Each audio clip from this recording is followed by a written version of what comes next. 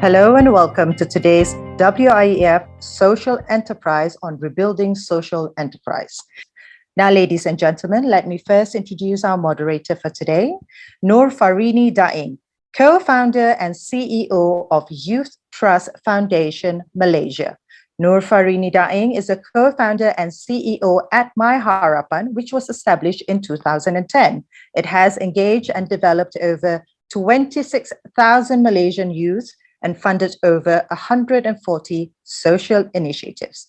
It's also a research partner of the Center of Asian Philanthropy and Society in Hong Kong, which is currently developing a Doing Good Index in and for 15 economies.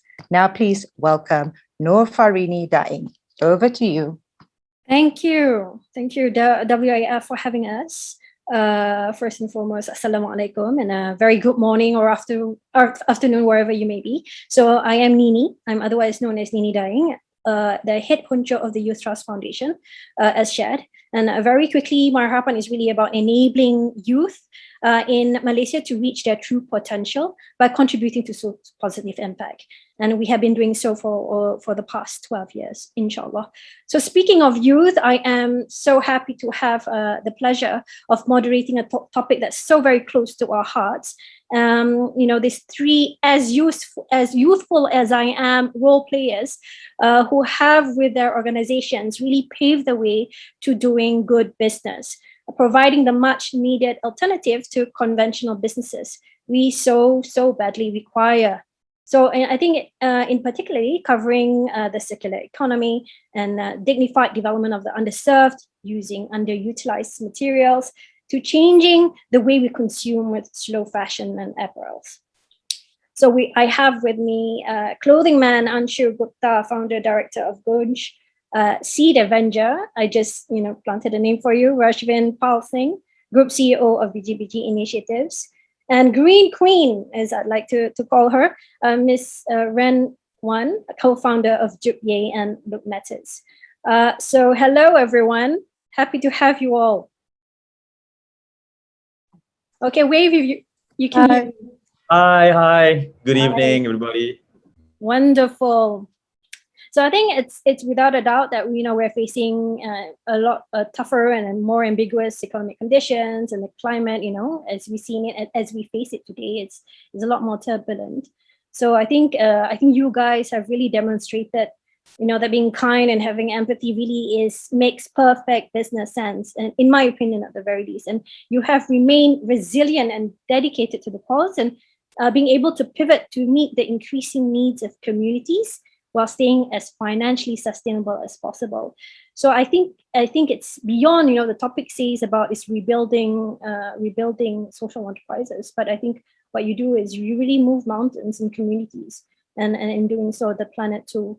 So I think in as far as it goes, I think our superheroes here need no introduction.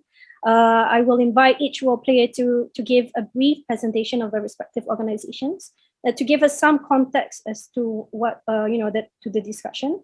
And this will be we'll kickstart with more of a dialogue, more of a informal discussion as to how we can move forward as a whole, as an ecosystem. And hopefully this will be a start to many more conversations beyond this 1 hour. So first and foremost, I would like to invite clothing man Anshu Gupta to briefly share your slides. Thank you, Noor. And I think I'll just speak, because so for us in India and across the globe, last 2 years have been really complicated, for sure.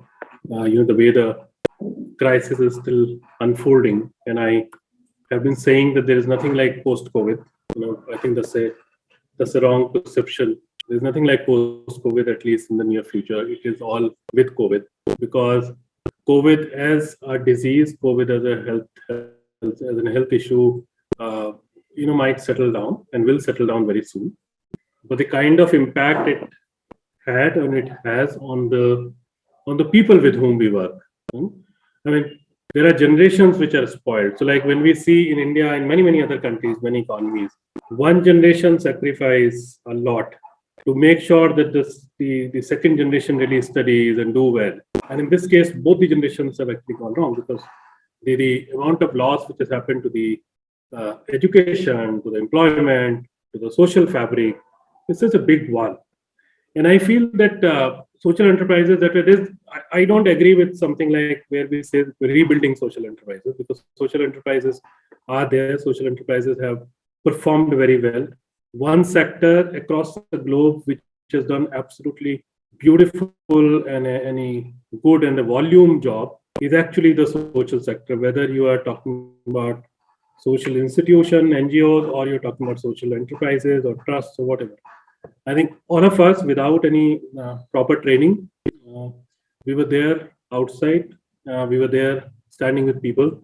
And also, a lot of us, as in the institutions, re-looked into our processes and systems and made sure that we really respond to it. A couple of things, if I tell you, like we never had any experience on medical, but this was one crisis where even if you don't have an experience in medical, you bring people, you do whatever, but you have no option but to respond to the medical crisis also.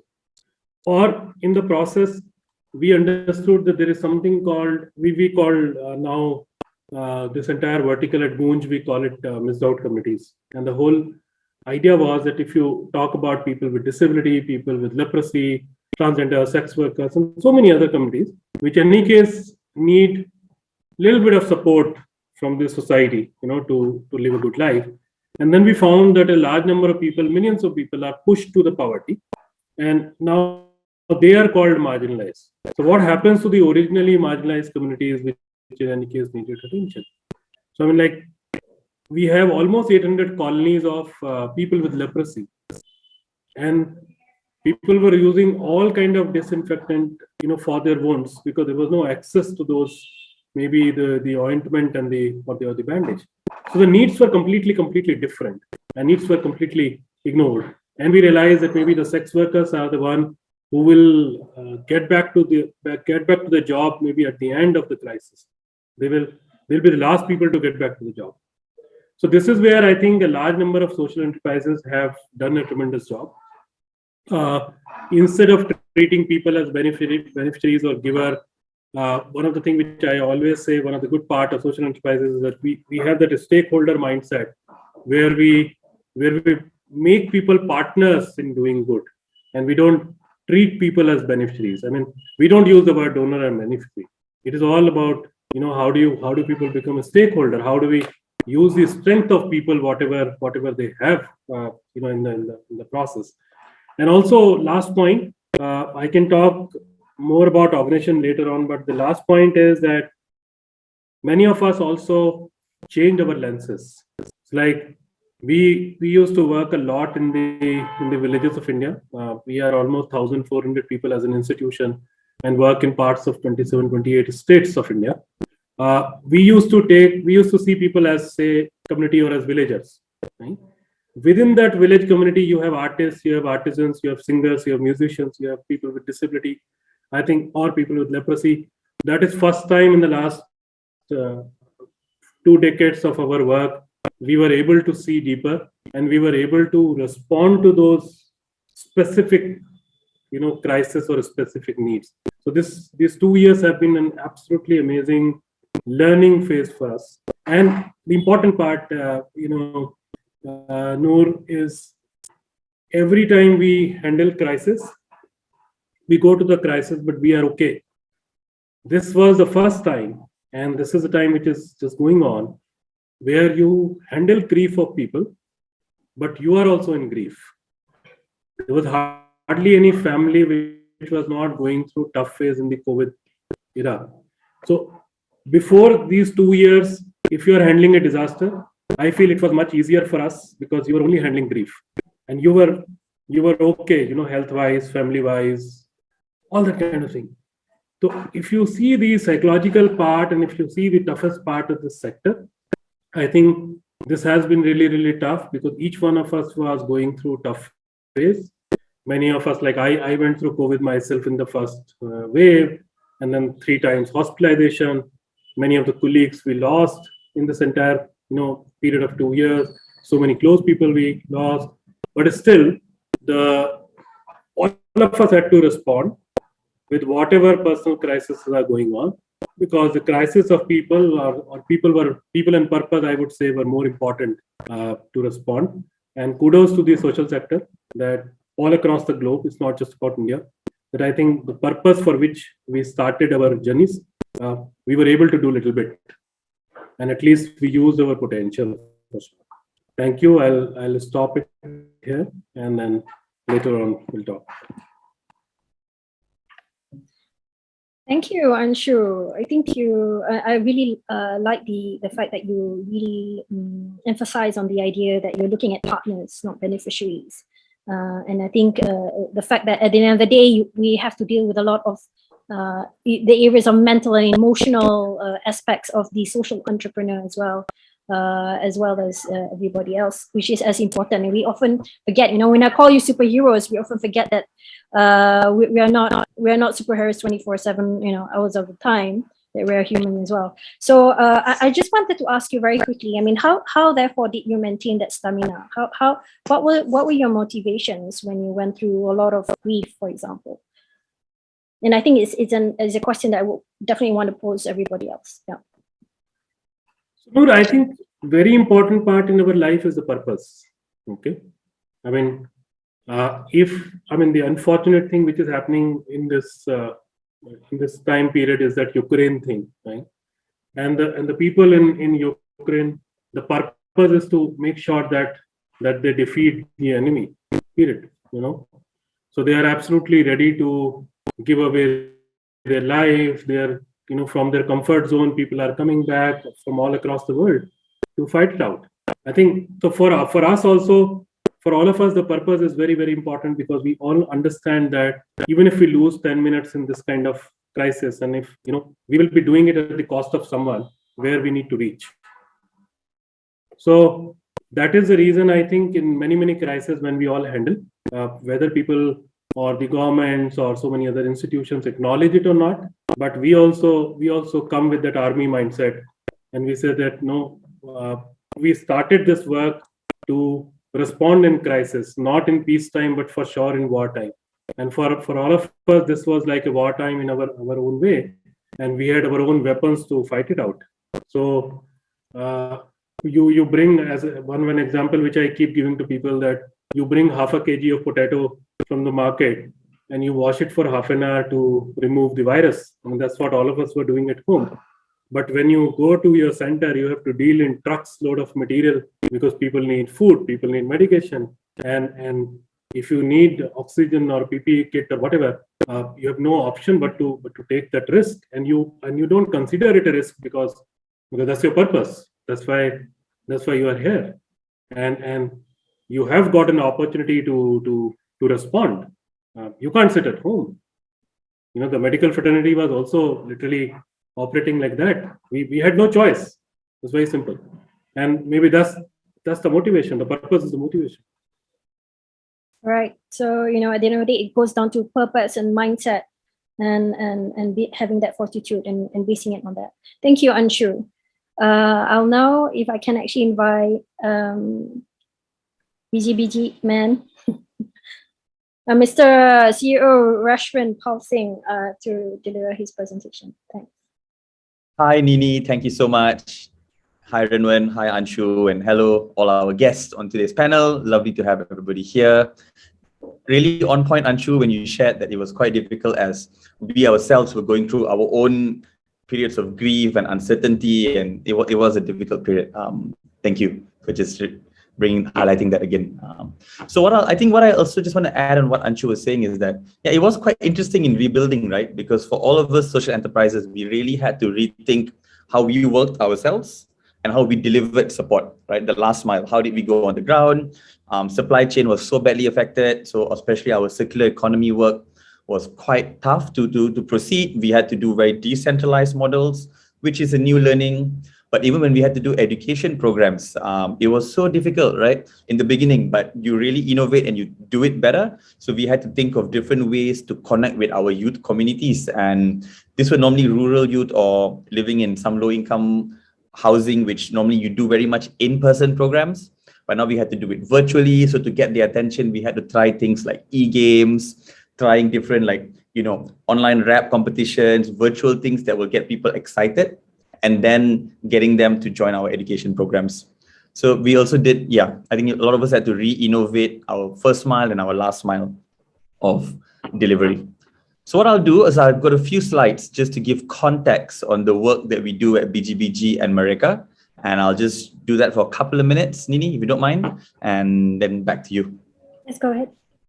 So I'll share my screen. Just give me a second. So good evening, everybody. And I'm Rashwin from BGBG Initiative and Mereka. And we're here today rebuilding social enterprises. So just a bit of context. So BGBG is our parent organization. BGBG actually means seeds in Malay. And it champions circular economy.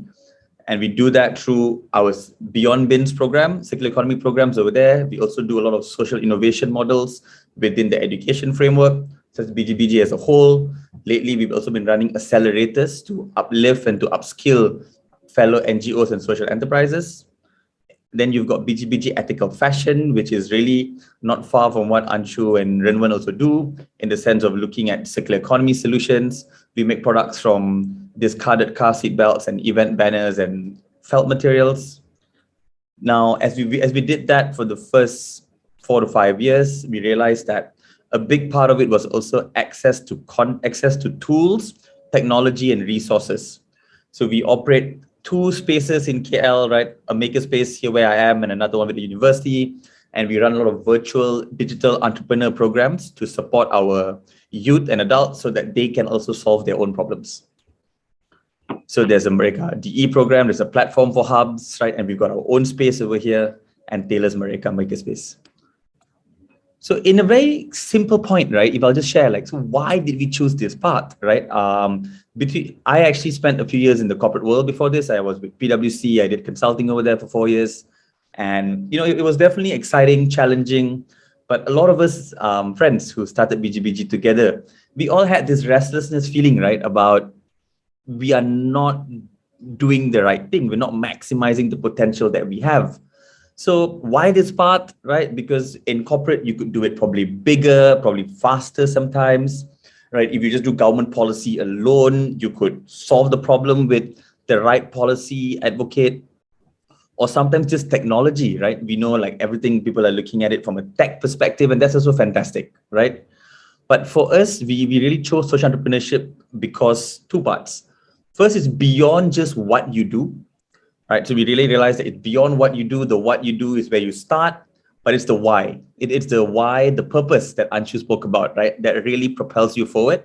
And the how we go about doing work. We're not just SDG focused on the front, but also all of us SEs are very ESG compliant on the back end. So how we do things sets us apart.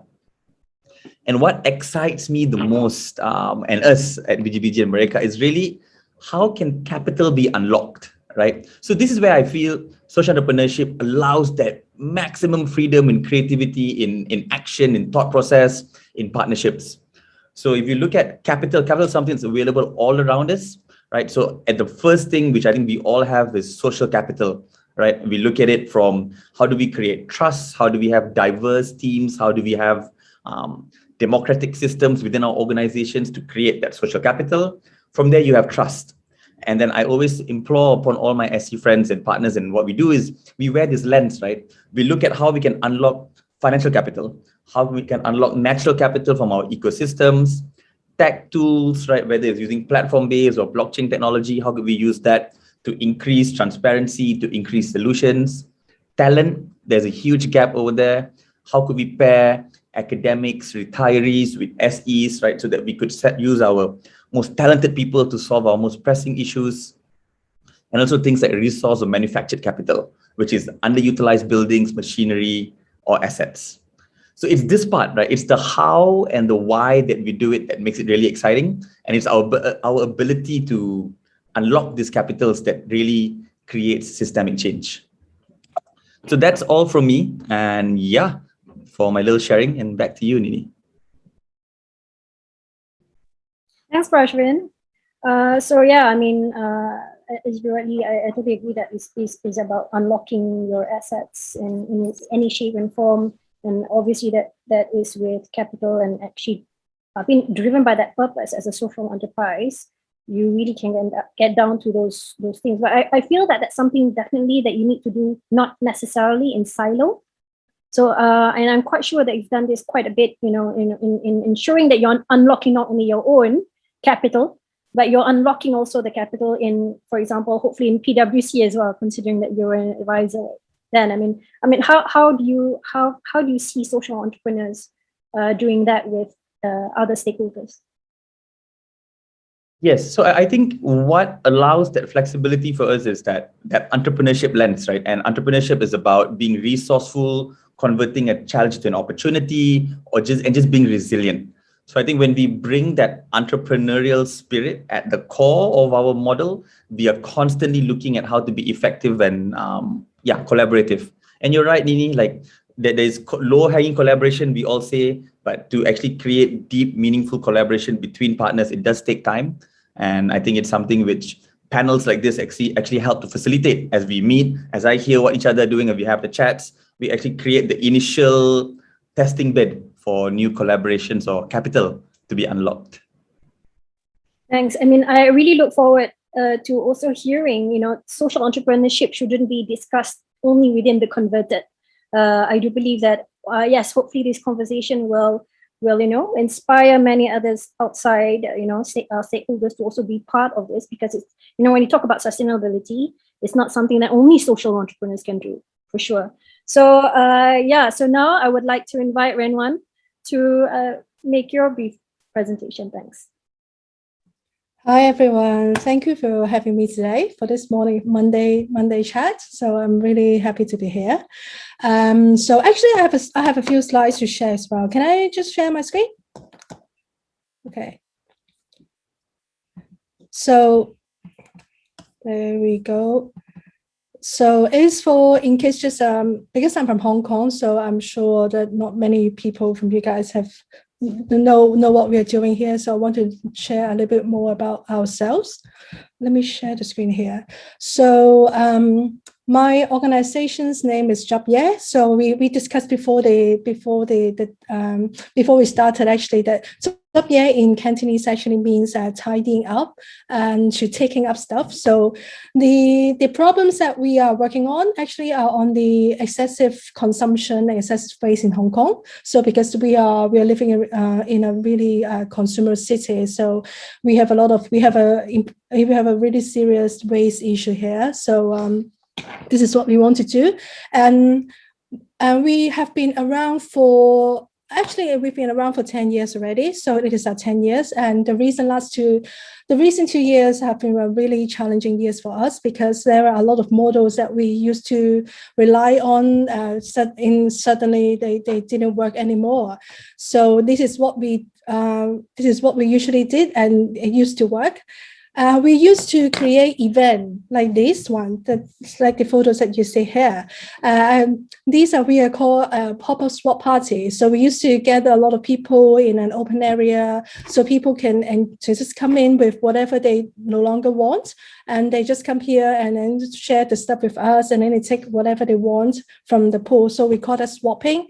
And we used to have really large scale events, like hosting up to like 2,000 people per event, but because of the COVID-19, so we have seen a lot of disruptions in the model we used to work. So this model doesn't work anymore. But we still, because even when the COVID-19 is here, so it doesn't stop the issue of waste, and we actually see the problem getting worse, because more and more people here in Hong Kong are relying more and more on just online shopping. So we actually see the waste issue and overconsumption issue getting worse in Hong Kong. So that is what we do here. We actually have a website which is called jobye.com, which is like a virtual swapping platform, that people just can upload their stuff onto our website and then take whatever they want from the website. So because of the COVID-19, we try to encourage more people to use our website more as an or as an alternative to physical events. And this is actually doing pretty good because actually right now, because the Omicron situation in Hong Kong is getting worse every day here. So a lot of people are actually staying home. So we see actually quite a jump on the traffic of the website now. So because a lot of people are now staying home and they don't want to see a lot of things in their home. So those are using their website more now. And on the other hand, because as you can see from my profile before that, actually we have a brand called Looks Matters, and that is for secondhand fashion. And to be honest, it was quite difficult at first during the early beginning of the pandemic, because all in a sudden fashion doesn't seem relevant anymore, because people don't go out. So clothing doesn't seem like a really relevant issue to our everyday life now. So, but still, people still want to get rid of their clothes. So we try to think of something new. And I think that innovation is become quite an important theme to all of us right now.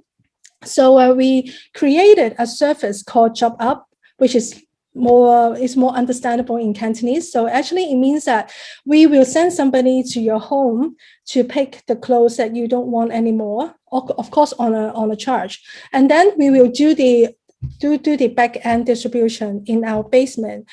Some of the clothes will be put onto the website that I introduced just now. And then also we will donate some clothes to the social workers and NGOs in the local community. In case of, for example, in winter, we donated some down jackets and that kind of stuff to social workers and NGOs working with the homeless or the underprivileged people here in Hong Kong. And some clothes we sent to some artisans in Hong Kong just for upcycling. So it might seem like it doesn't seem like a really.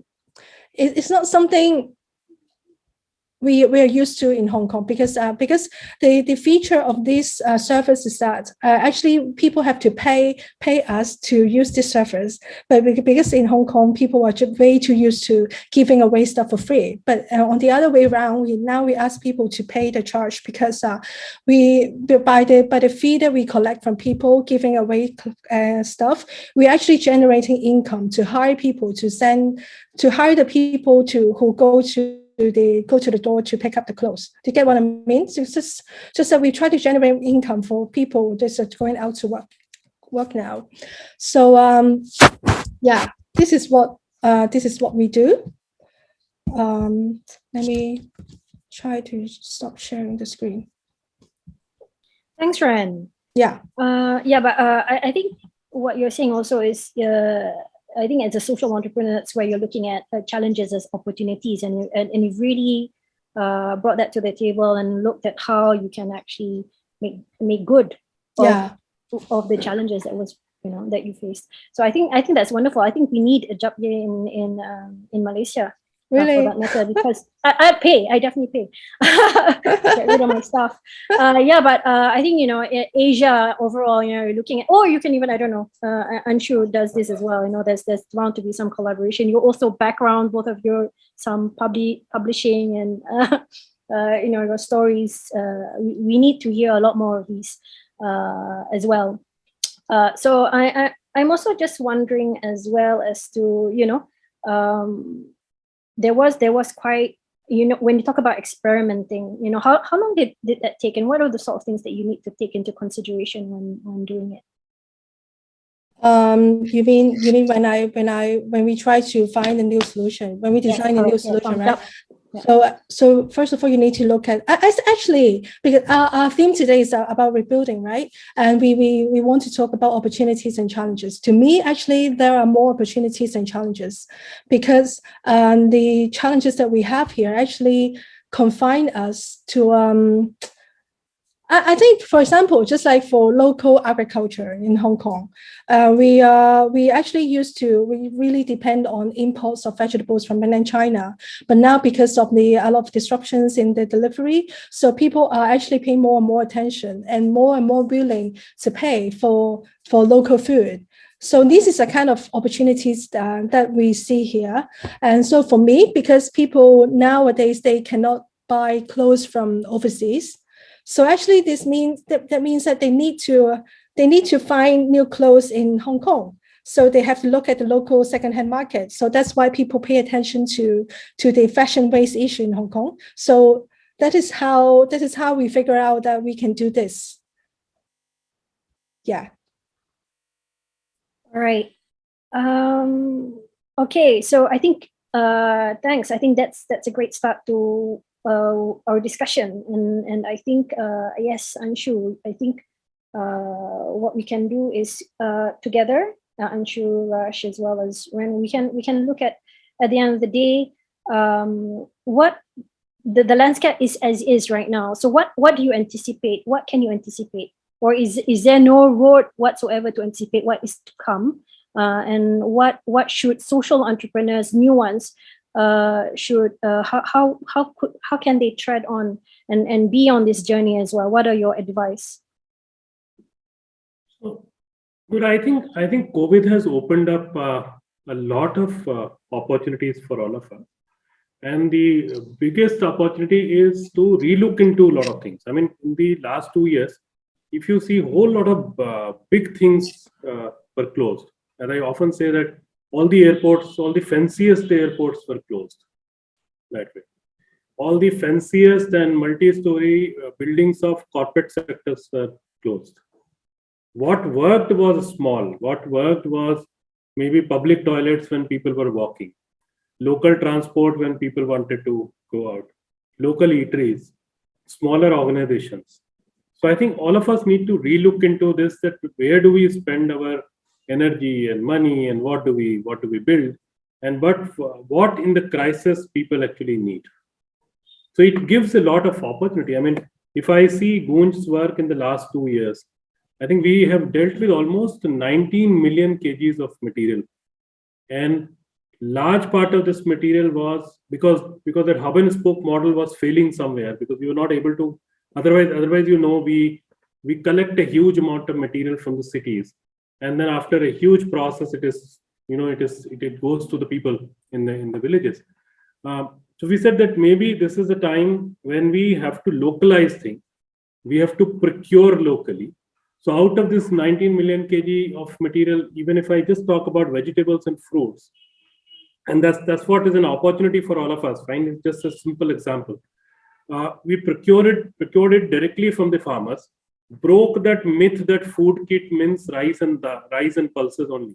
If you like give a food kit which has vegetables and fruits 10 kg, 15 kg, not only that brings nutrition, that brings some fresh vegetables at home, it also secures the employment of the local farmer who can now procure seed for the next cycle. Okay? Or one of the big opportunity which has come for all of us, I think we created, or we channelized almost about 4 million pads, sanitary pads, which was an important issue, made out of old cloth, and the mask which we created because that was the need of the hour. And that actually created a huge amount of employment at local level. Or that entire dignity for work exercise, where people were not given anything free, but people in the villages created their kitchen gardens, made bamboo bridges, created roads, and then they got it as a reward. So the dignity was also maintained. So I'm saying that a lot of opportunities which are not our lenses based, but what we learn from the community, and then we operate. The bigger opportunity for social enterprises, if I see India and many other countries, a huge amount of talent is gone back to the roots. Huge amount of talent, from accountant to plumber to carpenter to cooks, have actually gone back to the villages or their smaller towns or the roots. This is the best time for people like us to move out from the big cities, go to those smaller places, because it is our choice whether we want to kill the mosquito or we want to treat malaria. This is the time when we have got an opportunity to literally kill the mosquito and make sure that people do not get into the trap of forced migration, which people are unfortunately doing. So social enterprises, social sector, and the business sector for sure has a huge opportunity which is created when we go back to the basic and work with the people at the root instead of working in the big cities only. And also on the ignored issues. So my mensuration is an ignored issue, but that's a basic need of people. Recycling is an ignored issue. Developing the economy based on the second-hand material this is the biggest opportunity for us, because unfortunately the paying power or the giving power has gone down. What REN is doing, if we just create those economies which are based on the second-hand material, there is an opportunity for all of us to operate and do much better and bigger job. Thanks, Anshu. Rash and Ren, do you want to add on to that point? Ren, you want to go first, or this is on the opportunities, right? For yes, correct. Yeah. So I think, yeah, I mean, just building on what Anshu shared, COVID definitely put a spotlight on social issues and the gap that exists within the haves and the have-nots, right? We saw when like work, everybody had to work from home. The people who had white-collar jobs was like, yep, let's stay at home for the next 5 years, right? And those who had day-to-day work, which had to be outside, were like, I'm sorry, but we can't stay at home because we've got real work that needs to be in the farms, in the factories, that has to be done. So it was a big dichotomy, right? Those who could afford it were like, why isn't the lockdown being extended? So it was quite interesting. And I think COVID, like a spotlight, highlighted that. But what I think is the silver linings from this is there is a huge amount of appreciation now for problems or business ventures that solve two things, right? There is the situation is such that governments are all a bit, let's just say, resource tight or a bit broke, if we have to just be direct about it, right? Because they have unexpectedly spent on healthcare. So now governments have to look at bang for buck. How can they spend $1 and have multiple effects? And I think at this point, people are also really looking at solutions that are meaningful and tangible. So I don't think there is a better time than now for new social entrepreneurs to rise and to be and to run with it, because the awareness is there. People are ready. Policy is talking about it. It really just needs us to, put that idea together, put that team together, and get it going. And I hope today's session helps a few of you to start. So, yep.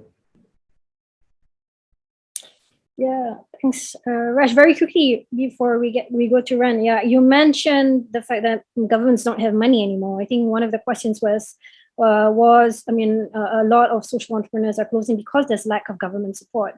But I think you're also saying that there are a lot of, I think all of you are seeing that there are a lot of opportunities as well, is because we have to be able to think on our feet and look at all the opportunities. I think with social entrepreneurs, though, they close, but they move on to another social enterprise, in my opinion. So so government support, I think maybe one of you later on can comment what are the sort of support that governments can provide, if at all. But before that, Ren, yes, what are the opportunities you see that social entrepreneurs can get on organizations for that matter? What can they do? Actually, as I mentioned before, so I think there are more opportunities and challenges that I see. Just following what Anshu pointed out before. So Anshu pointed out that saying local is really important for us now. Actually, in terms of sustainability, just self-sufficiency is always on the highest level of sustainability that we want to pursue.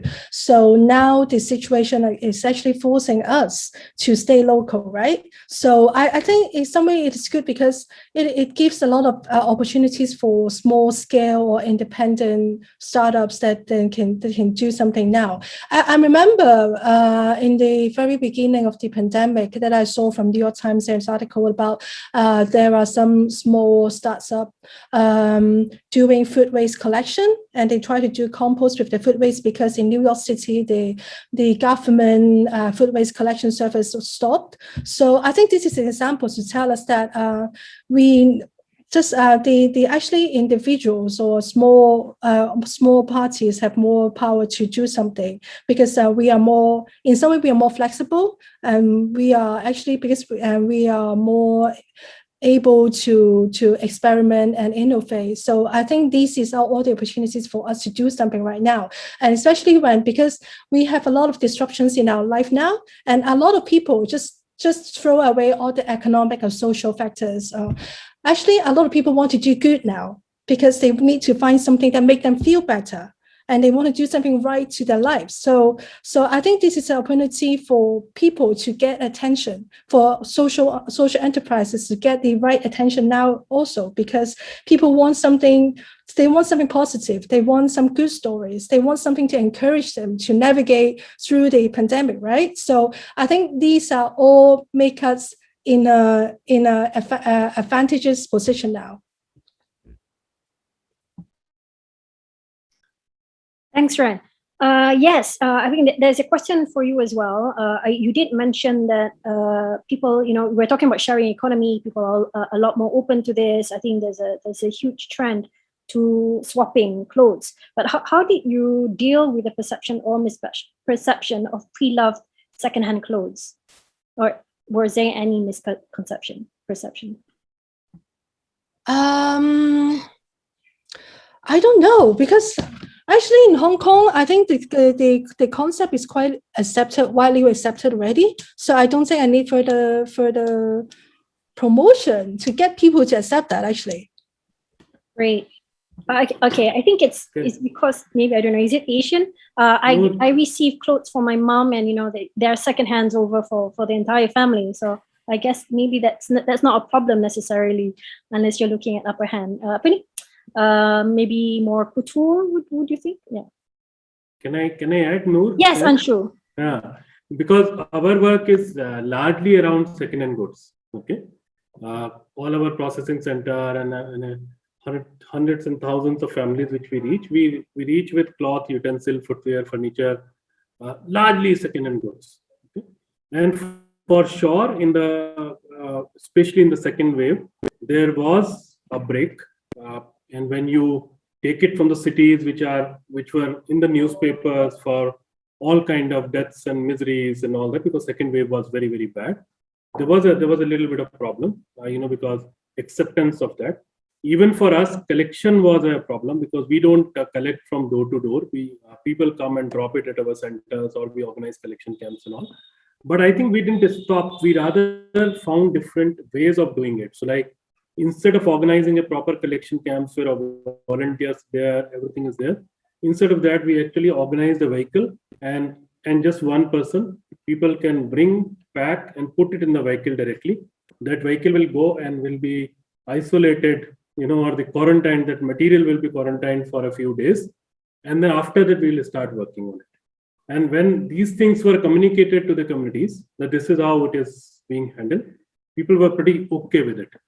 But that's what I'm saying, that everywhere in this entire phase, the communication was very important, because this COVID phase was 100%, I think all of us need to learn that it was a game of miscommunication. It was a game of fear. I mean, the term social distancing itself is wrong. I mean, we actually converted physical distancing into social distancing. That itself is wrong. Socially, we had to be much more closer. Mentally, by heart, everything, we had to be more closer. Only thing which we had to maintain was physical distance. So I think communication played a major role in negative and positive both ways. In our case, despite the fact that we work with the second-hand material, the communication, the right kind of communication, helped us a lot to get going. Thank you, Anshu. I really like the point that you mentioned about using the right language, and it definitely impacts perspectives and how we behave, for that matter. So definitely, I will not be using social distancing from now on. I think we take it for granted. It gets embedded, and it's something like, it's normal to say social distancing, but I feel there are implications to that. So thanks. Yes.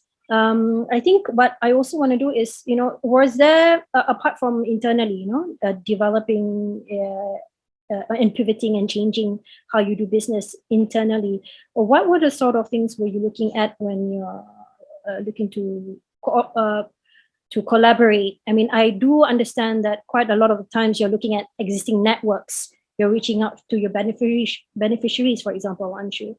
And I'm quite sure it was the same as well for all of you in really leveraging of your existing networks. So how did you expand those networks? However, how did you involve many other stakeholders into your vision during the pandemic? Was that difficult or not? No, I think as an institution or as individual, we are very sure that there are 4 P's in life. Okay, so purpose and people are most important. Policies and processes are secondary to support that purpose and people. Okay. Unfortunately, many institutions are too sticky about the processes which they create, and that stops them in expansion. We were very clear that yes, there is a big process for building up partnerships. We work with more than 550 odd partner institutions, which are the grassroots institutions who reach pan-India, right? And then there are hundreds of relationships with the corporate sectors, schools, colleges to collect all this, right? But I think this particular time, more important in a disaster is to take risk. I think that risk-taking ability needs to be developed. Those lenses need to be developed. And you have to trust people more than in normal time, in the peacetime you trust, And I think that's what we did. We trusted people, we simplified processes, partnerships were happening not only directly, but say suppose, Rashwin is as a friend and he is doing in some good work somewhere. We will actually use his network to reach more people. Or we will say that, okay, fine, Rashwin, you work on health, suppose. So we will reach out to, because the universal need was suppose food. We will use your network to reach food. That food or logistics is not your expertise, suppose, fine? But that's our expertise. We know how the truckers operate. We know how the gunny bags operate, how to pack, what is eaten in which part of the country. Because that's our full-time job. For the last 2 decades, we are doing that. Maybe that's not your expertise, right? Because your expertise is health. So we need you for health. But for all the logistics and all, we will use your network. And that's how we were actually able to do all this 19 million kind of stuff. Not through our own existing network for sure, but by expanding the network. And it is so beautiful that in this process, we also got a large number of beautiful people and institutions now to work, even in the peacetime, whenever it comes. Yeah, and, if I can just... And you need to have local people, because they know much more than you. You should not just be arrogant about that we are a big organization or we are this or we are in the capital and we will tell you. No, this is the last mile delivery system, which the local institutions are the biggest institutions to work with. Thanks, Anshu. Yes, Rush. I was going to say that's so on point, Anshu, because I think quite often when I work with younger social enterprises, like when they do like a problem tree analysis, right, they realize that to solve a problem, whether it's period poverty or waste, there's so many causes, right? And then they try to solve too many of it at the same time, and then you really struggle. And you should really just be very surgical to be like, okay, if I'm good at healthcare, I'll do this, but I need the policy side, I'm going to work with this SE. I need the logistics side, I'll work with this person. If I need the, awareness on education, I'll work with this other. Yeah, because too often when you're starting up, you try to solve a lot of problems and it's quite hard. So what Anshu said is exactly on point. Ren, you want to add? Yes. But when it comes to collaboration, actually, I have another different kind of point of view that because we consider ourselves to be more established, not really established, but more an older organization than a lot of young organizations in Hong Kong. So we try to think of what our collaborators actually need. So I think when it comes to collaboration, it is often that we want people or we want our partners to serve some functions that we do not have in our umbrella. But I think that in some way, for a time like this, for collaborations to happen, so you actually need to see what those organizations or people need and see what you can do for them. So I think this is the first step before any collaborations can happen. For example, we are in the early beginning of the pandemic, we did a really a collaboration that we never did anything like that before. We set up with an architecture firm to have a food service. We did a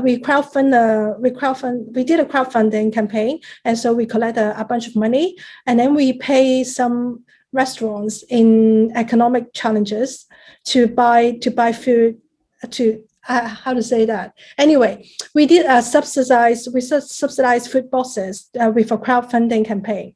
So this is something that we never did before. But we just try to ask people what exactly they need, and we try to do that.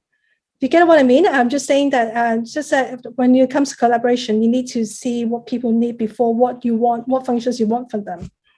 Right. So recognizing the fact that obviously you have to have shared values, but of course that we have to ensure that we meet our objectives, maybe the objectives of our customers and our beneficiaries at the end of the day. So we're not, as we term it in Malaysia, short needy.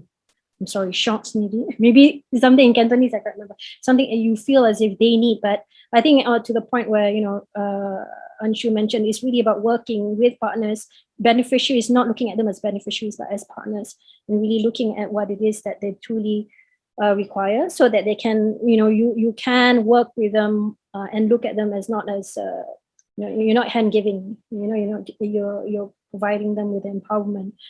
Okay, great. So yes, there are a couple of other questions as well that perhaps we can get answered. Some of them I feel that we have already covered. So there are areas, I think I want to go back to unlocking capital. I mean, and then when I mean capital, I mean money.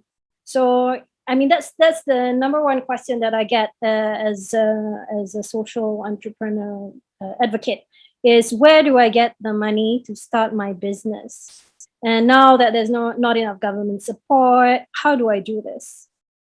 How would you answer new entrepreneurs? In my case, crowdfunding, period. Okay, crowdfunding. People. I think what Ren is saying, that's the best source of money. For sure, like we don't work with the government money till date, and corporate money has started coming in because of the CSR laws and all that. But that comes with a lot of baggage, a lot of conditions, a lot of, this has to happen in this particular period. This is how it happens. Fortunately, we have been able to negotiate a lot, and because we are very firm on our principles, we are very sure that we have started this work because we wanted to start. We have not started this work for a corporate or for a government or whatever. So we'll do it in our way. It's a complicated and tough fight, but some battles we have been able to win for sure. But I think the biggest source of money for any social institution, whether you call it an organization or enterprise or whatever, because the names keep changing, is public, is people. Small money, more participants, free money, and also they become the stakeholder, right? There's no condition that the family kit needs to be done like this only, or only in this state you have to operate. I think in the last 23 years of Moonj, one of the biggest asset is people, whether it is material or money. Yes, it is not that easy because you ultimately end up spending so much of time in even issuing a receipt for $10. But those are very important $10 to us because you are actually creating a stakeholder in the work. Unfortunately, a lot of social enterprise succumb to the pressure of these impact money, this money, that money, without creating a base for themselves. And that's why if someone is angry with you, someone is not liking your idea, someone is not getting a space on your board, they leave you in between and you're stuck. So my advice to every single person is to go to public and create that as a solid base, instead of depending on big money from some people. Some are good and some operate with their moods, which is very complicated. And I can see Ren and Rashvin nodding, because Absolutely. You're right. Again, crowdfunding is fantastic. No, like we did a similar one. We did an equity crowdfunding round, and it was after talking to a few VCs that I realized that was the wrong thing to do. And that equity crowdfunding was fantastic. We built a legion of people who believe in us, and it's so different. You actually talk to people on a heart-to-heart level as compared to just a transactional level. Like, yeah, okay, so speak to the people. I think there's a lot of assets. Yes, I think as long as it's difficult to find organizations that really share your goals and objectives. I feel that there are one or two, but it'll never be enough.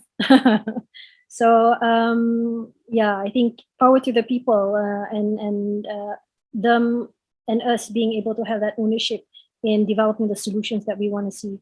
Great. So when we talk about, okay, now that we've got the money for the people, I mean, what are the sort of things? Sorry, distracted by a question.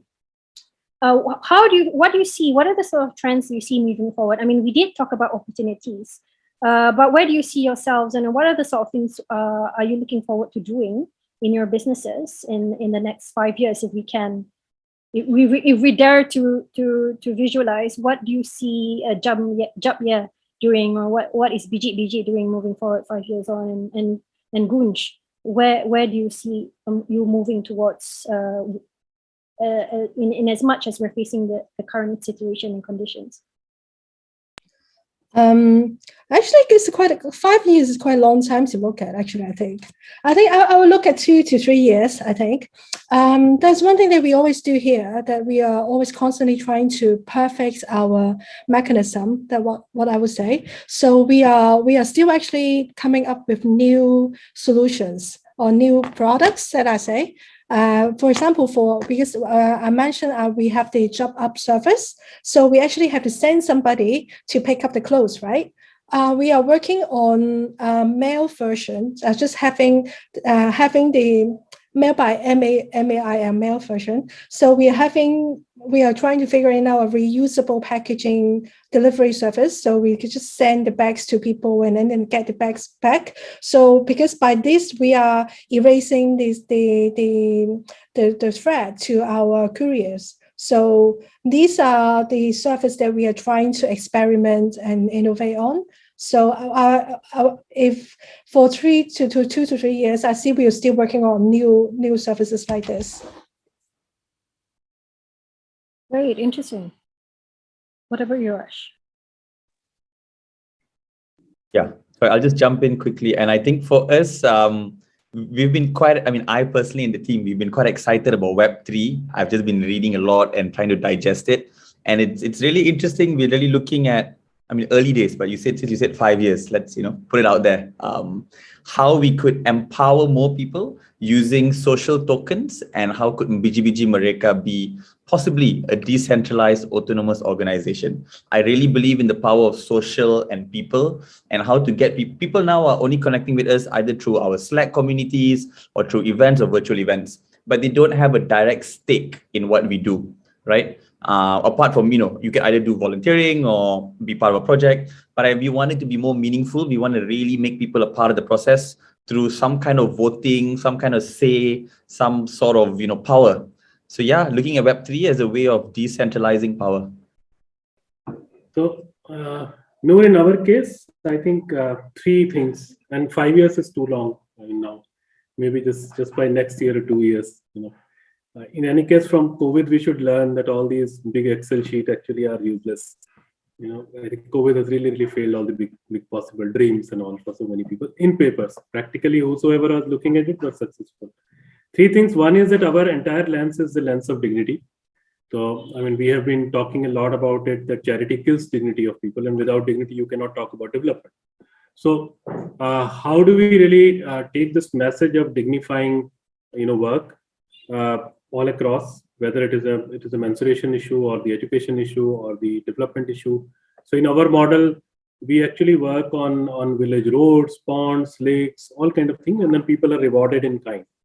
So very important for us in the next couple of years is that how do more and more people in the country and outside the country copy this idea and add their wisdom in the same place.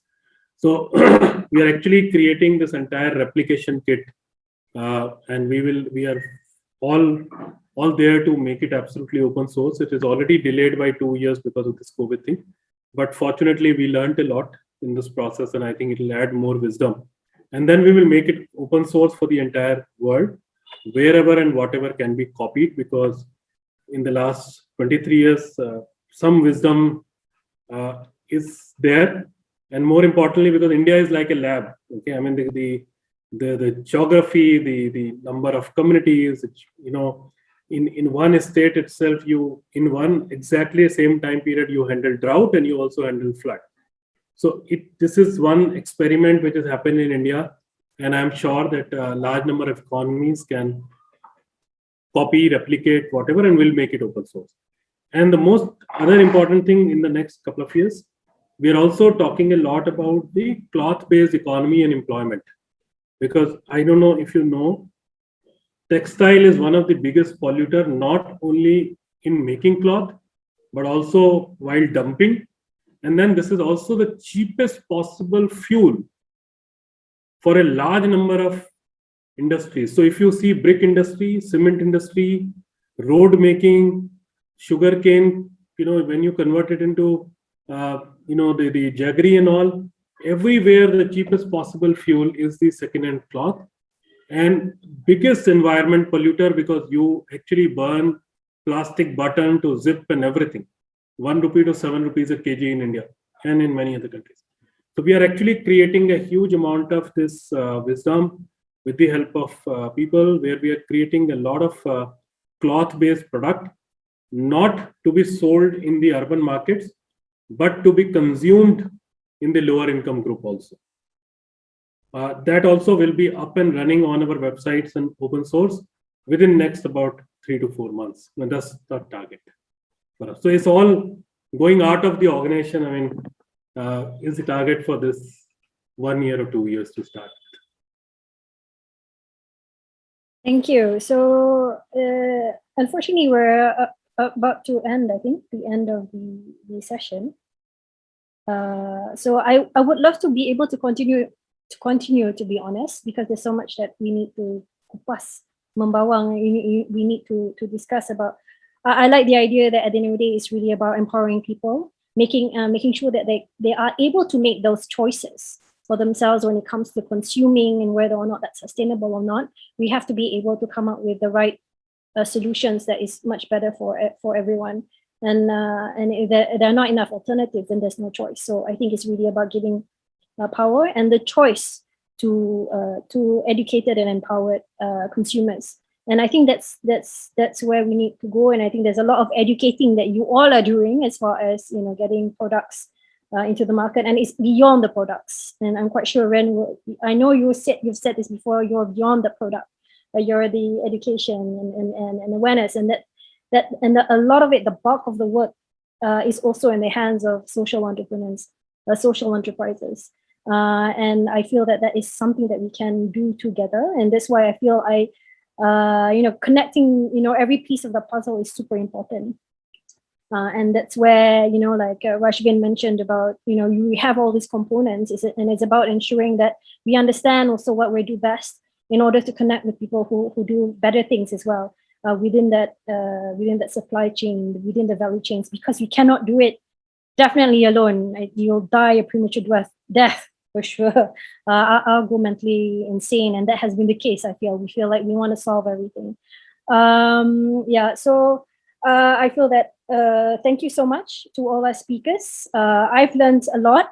I've been reinvigorated, and yes, myself as a social entrepreneur, I think that these discussions is important, just so that we're able to either bounce off ideas and share. It's like a counseling session, so to speak, and being able to hear from all these inspirational stories.